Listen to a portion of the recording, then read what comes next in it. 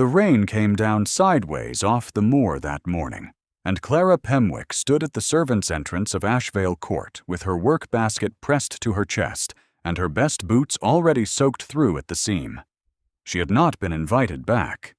She had been sent away 2 days prior, in the early evening, with her wages reduced by a half-crown for what Mr. Holt had called impertinence, and she had walked the 4 miles to the village inn without a lantern because she could not afford one.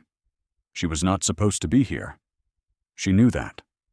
Through the tall window of the servants' entrance, she could see the great hall beginning to fill, the candles already lit at 11 in the morning because the day was so gray, the assembled guests settling into their chairs in the particular deliberate way of people who believe the outcome of a morning is already settled. It was not settled. That was why she had come back.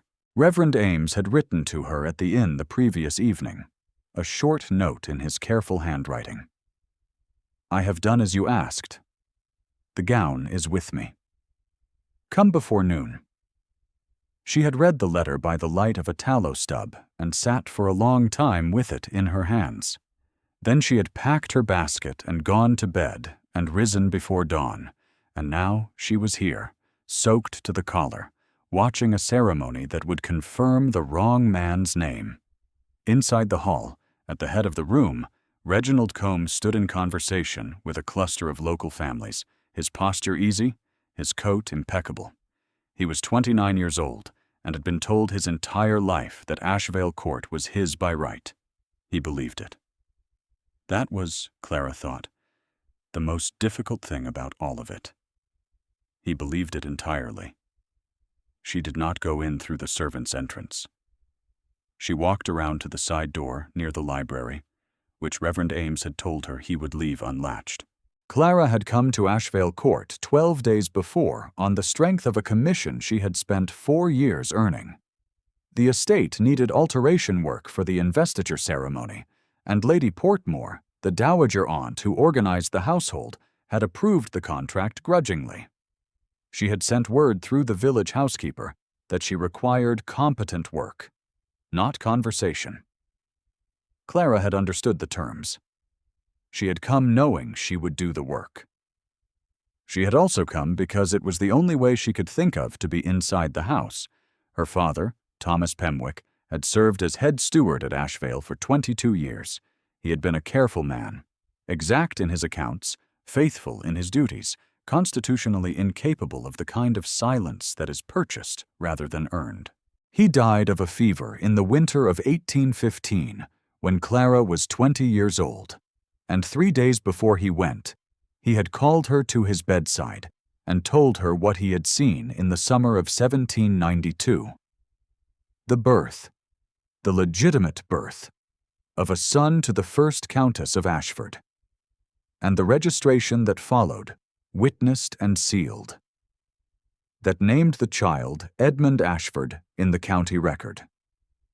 He told her that the record had since been lost, or claimed to be lost, in the confusion of the first Countess's death and the second Earl's remarriage. He told her that the christening gown, which he had personally carried from the nursery to the estate linen vault 17 years later, when the nursery was repurposed, bore inside its hem a mark he himself had made with a blacking pen, a small cross, and the initials E.A. He did not believe the cross and the initials would be enough. He told her this, too, in the same steady voice with which he had always told her everything. "One initial is not a name," he said. "It is suggestion. It is dismissible." Clara sat beside him through that night, and the next, and some time before dawn on the second morning, she had an idea.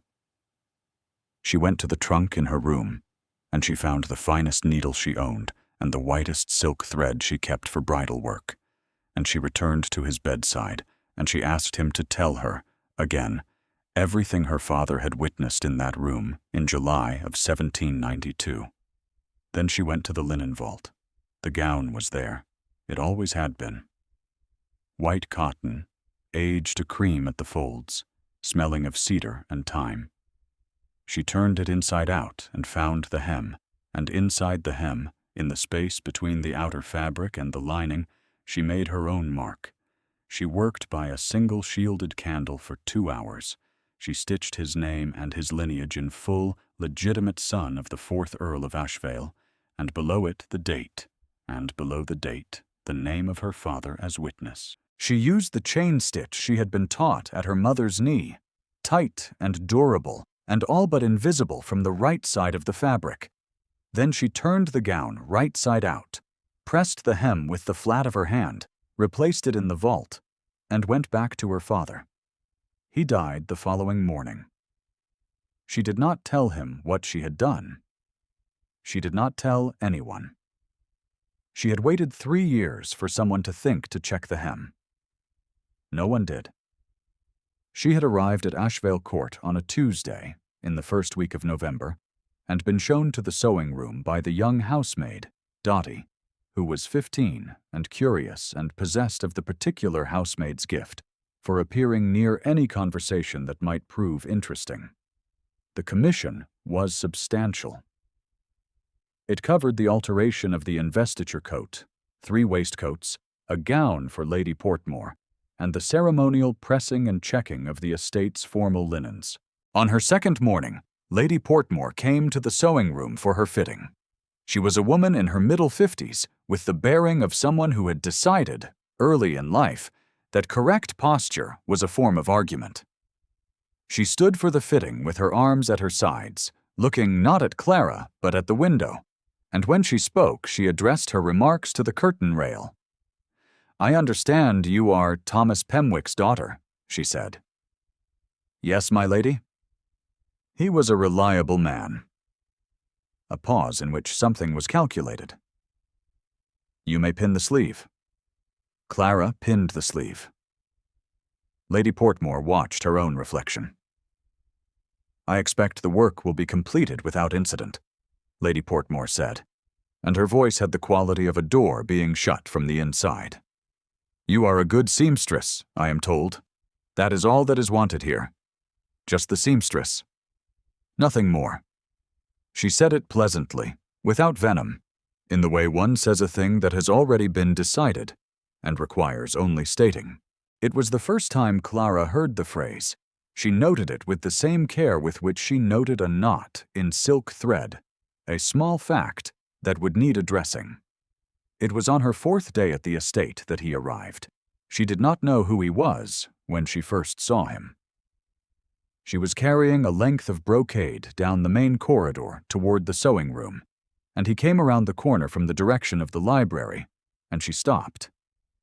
He was tall, dark-haired, 34 years old, and carrying it in his face in the specific way of a man who had spent those years thinking more than he let on. He wore a plain navy coat, well made, but not new. He had strong features and dark eyes, and a quiet at the center of him that registered in Clara's body before her mind had a name for it. She stopped because she had seen that face before. Not him. The portrait. The portrait on the east gallery wall that she passed every morning on her way to the linen store, which bore a brass plate reading Charles Ashford, 4th Earl, and which showed a young man of 28 with dark eyes and a quiet in his face, that she had thought, each morning, was the painter's invention. It was not the painter's invention. It was standing in front of her now, 30 years older, and looking at her with mild curiosity. She said nothing. She stepped aside to let him pass, and he nodded, and he walked on, and she stood in the corridor for a moment longer than she needed to. If she was right, and she was right, the man who had just passed her in a plain navy coat was the legitimate heir to Ashvale Court. She did not sleep well that night. By the next morning she had learned from Dottie that the gentleman in the plain coat was a Mr. Ashford, a distant cousin of the estate, come to settle a question about the leasehold on a cottage on the north edge of the grounds that had been in his family's keeping for 30 years. He was expected to stay 3 or 4 days. He ate in the estate dining room with the family, at Lady Portmore's insistence, because however peripheral his claim on the estate, He was an Ashford. That afternoon, a button came loose on his coat. He appeared at the sewing room door with the button in his hand and something in his expression that might have been apologetic, if apologetic had been something he permitted himself. He said he had been told the sewing room was the appropriate place for such things, and Clara said yes, it was, and took the button and the coat, and he sat in the chair by the window and watched her work. She was used to being watched. People watched seamstresses the way they watched bakers or smiths, with a comfortable conviction that skilled hands at work were pleasant to observe and required no particular acknowledgement. She kept her eyes on the button. "Did you know this house well?" he asked. "Before this commission, I mean. Your father served here, I am told." "He did. 22 years. Then you knew it as a child?" "A little.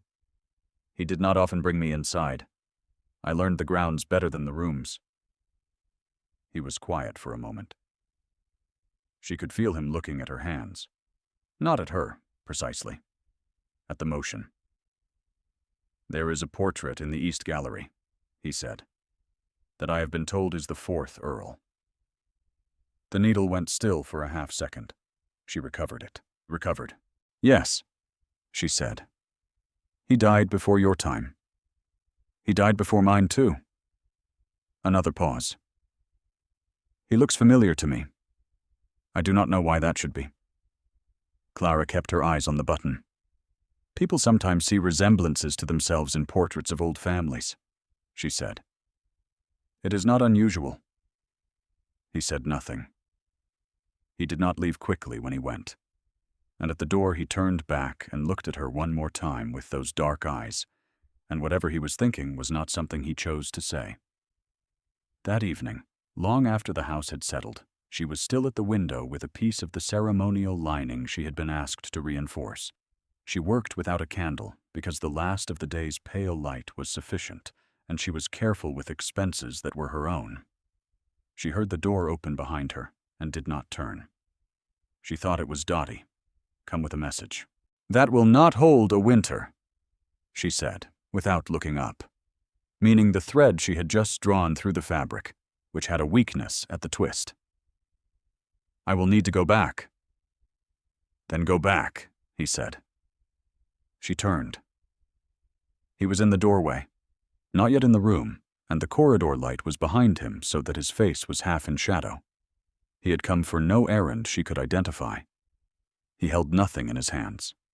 He was simply there, watching her work as he had done that afternoon, with the same quality of attention she could feel in her shoulders before she had registered it consciously.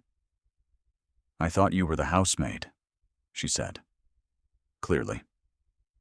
He stepped slightly into the room, not far. "What is wrong with the thread?" "The twist is irregular. It will fray in cold weather when the fabric contracts." She held it up so he could see. He came to the workbench and looked at it, and his hand came to rest on the table near hers, not touching, but near enough that she was aware of exactly where his fingers ended, and the table continued. She was aware of his breathing, slow and even. She was aware of the small distance between them as though it had a specific temperature. "You do this work very exactly," he said. "I do it so it lasts," she said.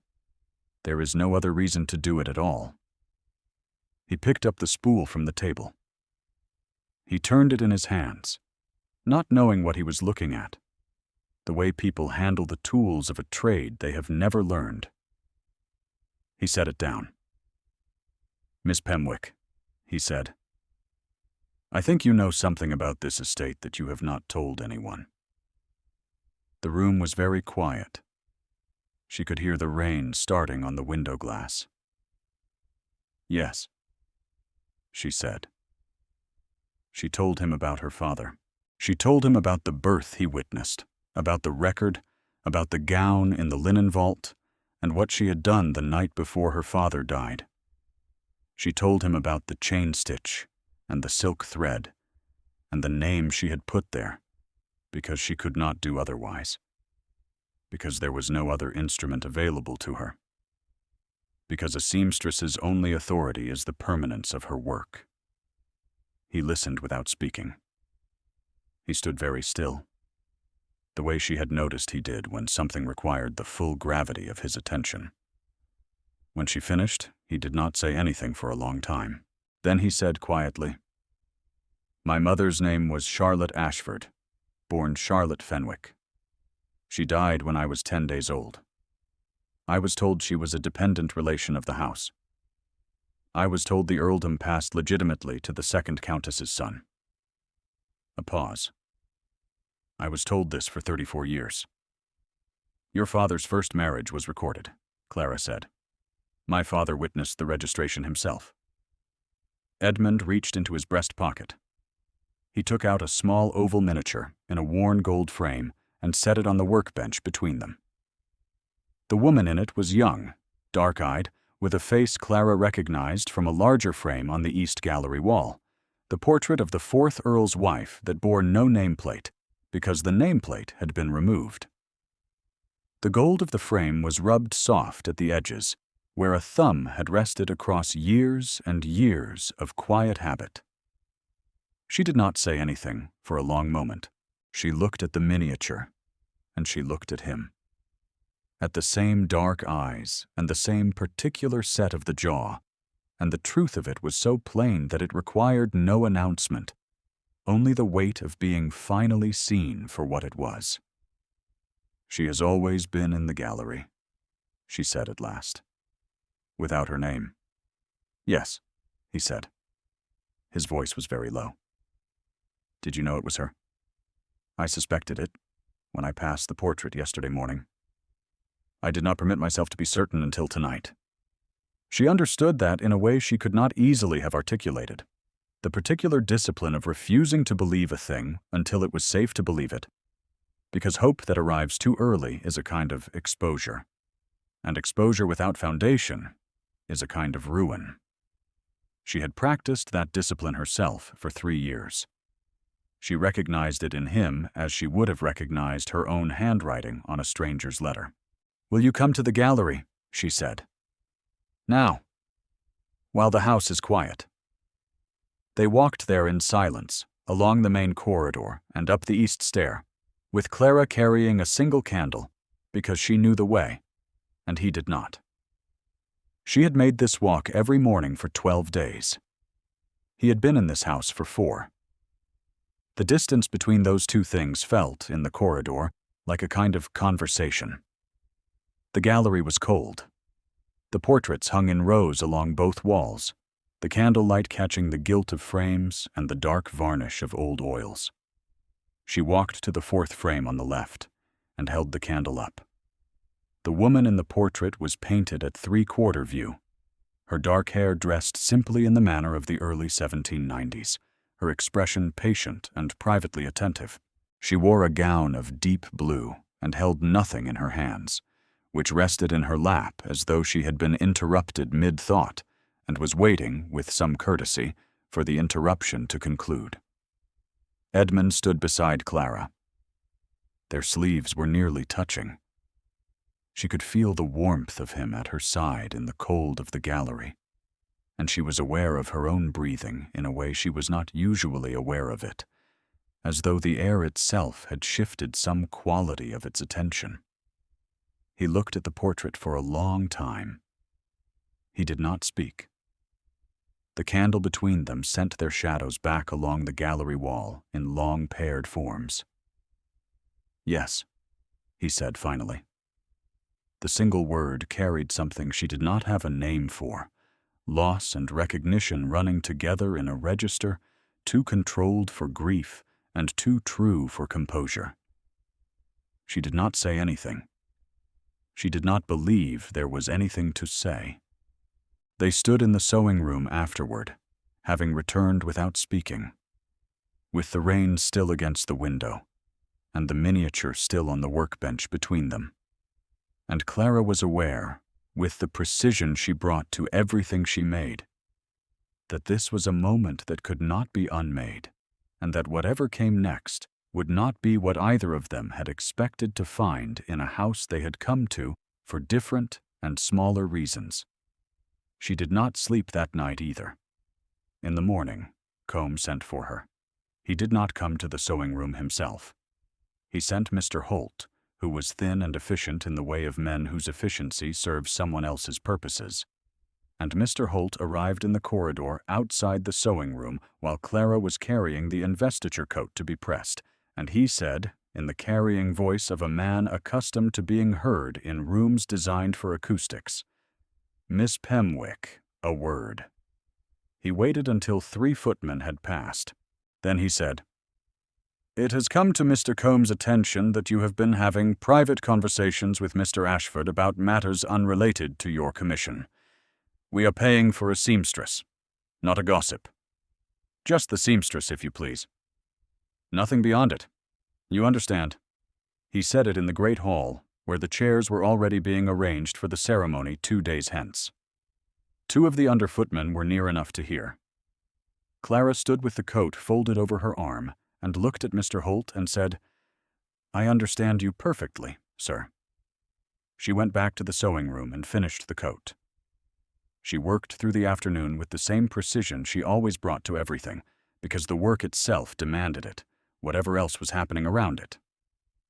That evening, Comb's man came to the sewing room with an envelope containing a reduced wage and a note that said her services were no longer required and she was to vacate by nightfall. The note did not give a reason. It did not need to. She was packing her basket when Dottie appeared in the doorway, 15 years old and flushed with the importance of information she had been storing for exactly the right moment. "I am sorry, miss," she said. "I heard Mr. Holt telling the under-butler this morning. He said Mr. Combe was not going to have his ceremony upset by a seamstress who did not know her place. Just the seamstress, he said, as if that settled it." Clara set her thimble in the basket. She looked at Dottie's young face, worried and sympathetic, and she felt the phrase land for the 3rd time, and something in her that had been held at a precise internal tension simply settled into quietness. She was not angry. She was not frightened. She was very clear. "Thank you, Dottie," she said. She finished packing. She went out through the kitchen passage and walked the 4 miles to the village in the dark. She had left Edmund that morning with the knowledge of what she had done and why. She had not known then whether he would choose to act on it. She did not know whether a man who had spent 34 years making peace with being no one would find, at the end of that peace, any appetite for the life that had been taken from him. She knew where the gown was. She knew one man who had known her father, and who had sat at her father's bedside in the last weeks of his life, and heard, with his own ears, the account of a July birth, and a registration, and a truth that had nowhere to go. She wrote the letter to Reverend Ames at the inn by the light of a tallow stub. She kept it short, because she had always worked best in small spaces. She explained about the gown and the hem and the chain stitch, and she asked him to have the gown brought from the vault by any pretext he could manage and to come to the house on the morning of the ceremony. She sealed it and paid the innkeeper's boy a penny to carry it to the vicarage. And then she went to bed and lay in the dark, listening to the rain, and thought about Edmund standing at the workbench, with the miniature between them and his breathing slow and even beside her. She had not let herself think very clearly about Edmund. It was not wise, and she had always been a practical woman. He was, if what she believed was true, the Earl of Ashvale. She was a seamstress from the village who had slept in the servants' wing of his house and eaten in the kitchen and been turned out in the rain by his usurper's solicitor. There was no version of this story in which their positions converged naturally. She knew that. She had known it from the moment she recognized his face in the corridor. She thought about it anyway. She thought about the nearness of his hand on the workbench. She thought about the particular quality of his attention, the way it was not flattery and not condescension, but something rarer. the simple belief that she was worth attending to. She thought about how he had said, "I think you know something," and how she had said yes, and how that yes had been the most honest word she had said to another person in 3 years. She got very little sleep. She rose before dawn. She put on her dry coat, which was not her best coat, but was better than the one she had walked in. She picked up her basket. She went back. Reverend Ames was in the side corridor when she slipped through the library door, and he was carrying the christening gown in both hands, wrapped in the linen cloth she recognized from the vault. He was a small man in his 60s, with the face of someone who had spent a great many years listening to other people's confessions and finding them less surprising than expected. He had known her father for 15 years. He looked at her now with the expression of a man who has agreed to something and intends to see it through. "The investiture begins at noon," he said. "Mr. Ashford is in the East Corridor. He said to tell you he has requested a procedural delay on grounds of an unexamined document in the estate register." "He knew I would come back," Clara said. Reverend Ames looked at her with something that was not quite a smile. "He said he was fairly certain you would." They found Edmund in the anteroom off the East Corridor, which was a small room used for private conversations before formal proceedings, and smelled of beeswax and old silk. He was standing near the window, with his coat on, and his expression composed in the way she had come to understand, meant he was, in fact, not composed at all, but had made a private decision to appear so. He looked at her when she came in, and something in his face changed in a way she chose not to examine too closely, because they were not alone, and because there was work to be done. She was close enough to hear his breathing.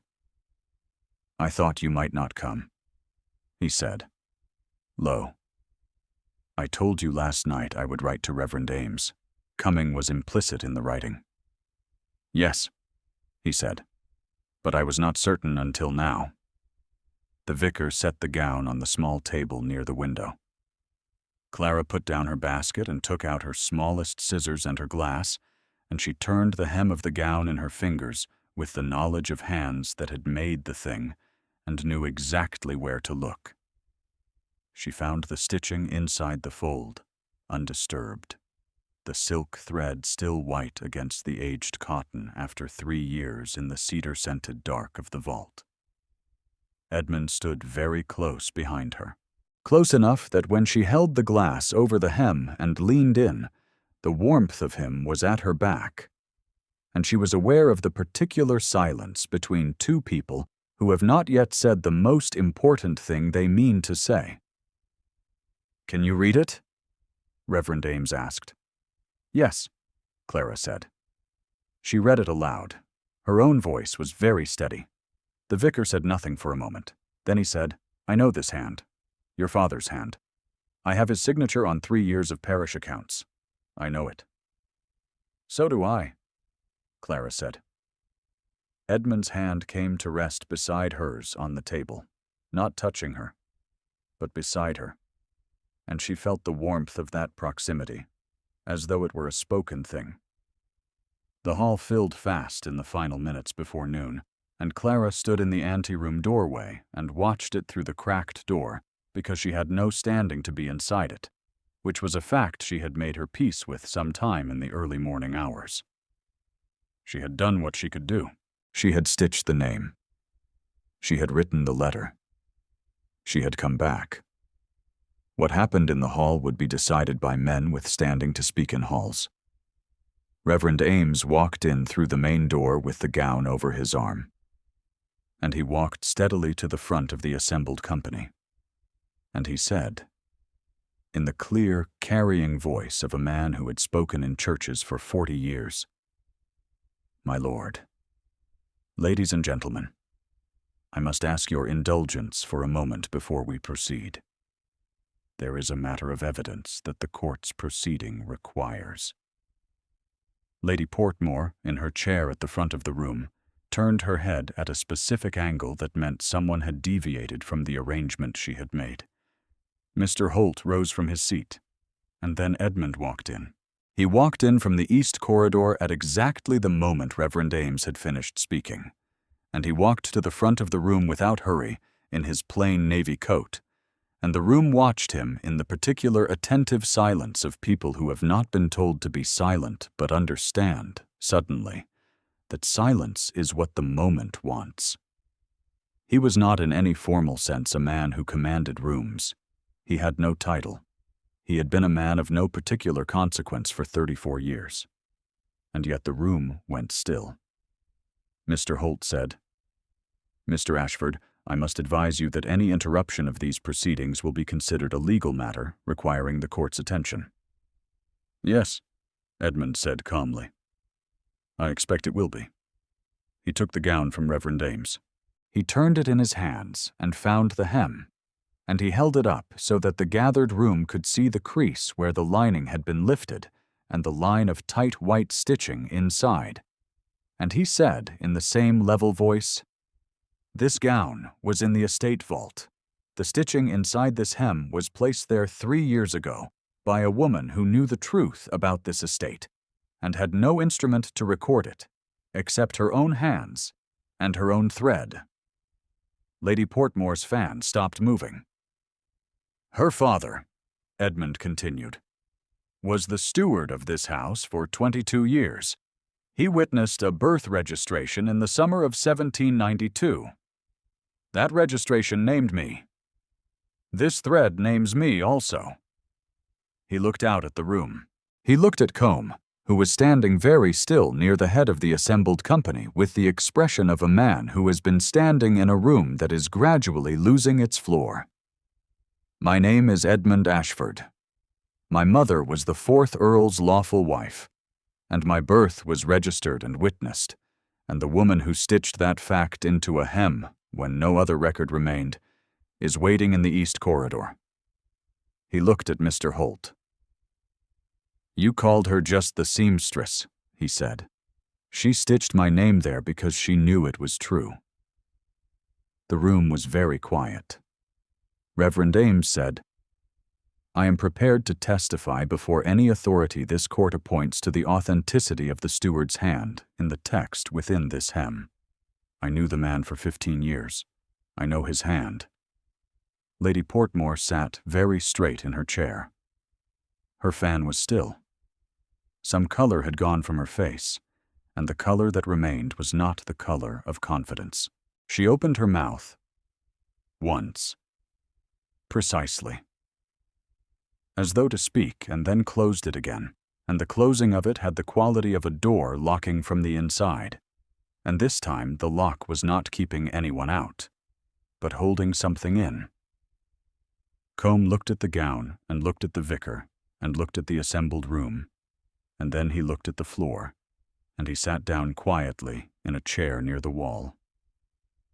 The proceedings did not conclude as anyone had anticipated that morning.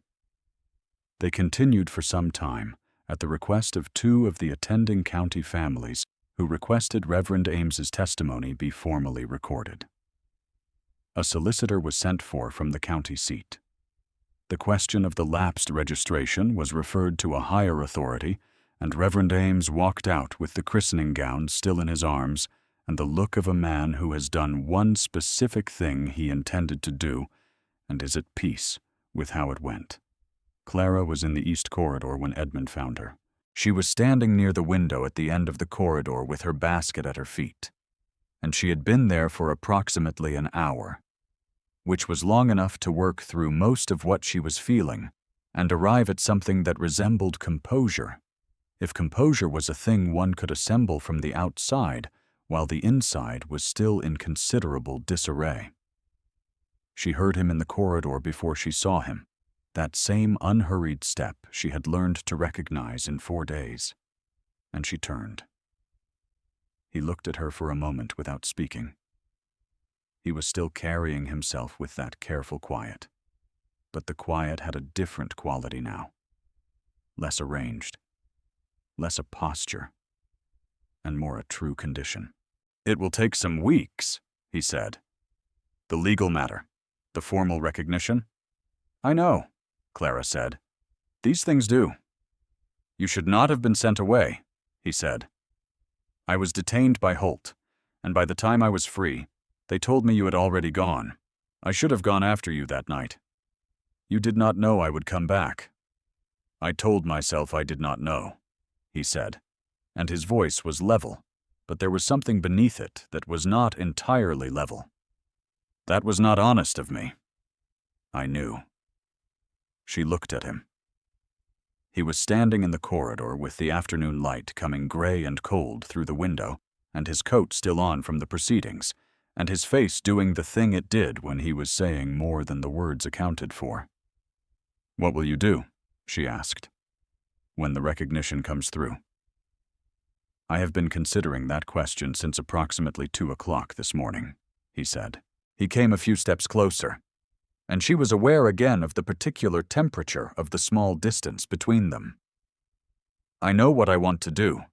I am less certain it is what I have the right to propose. The corridor was very quiet. You have not yet proposed it, she said. No.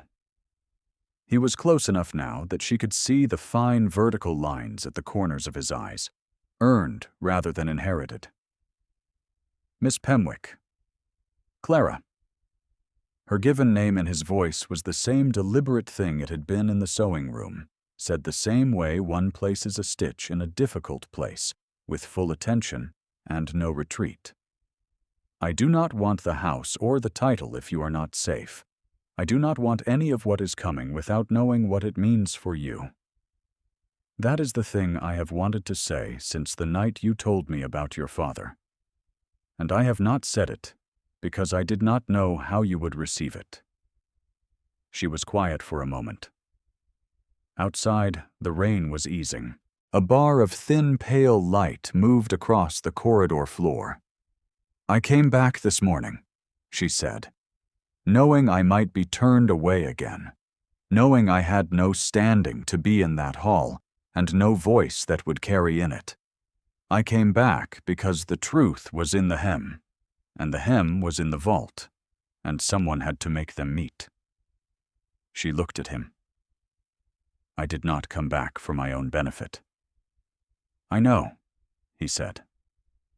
I am telling you, she said carefully, because I want you to understand that I am not a practical woman making a practical calculation. I know what I am. I know what you are about to become. I am not confused about the arithmetic. Then what are you? He asked, and his voice was very quiet. The bar of light was on the floor between them. She looked at it. I am a woman who cannot sleep when something is unsaid, she said. And I have wanted to tell you since the first morning in the corridor that your face is in the East Gallery, and that you deserved to know it. And that the knowing of it cost me a great deal less than the not knowing cost you.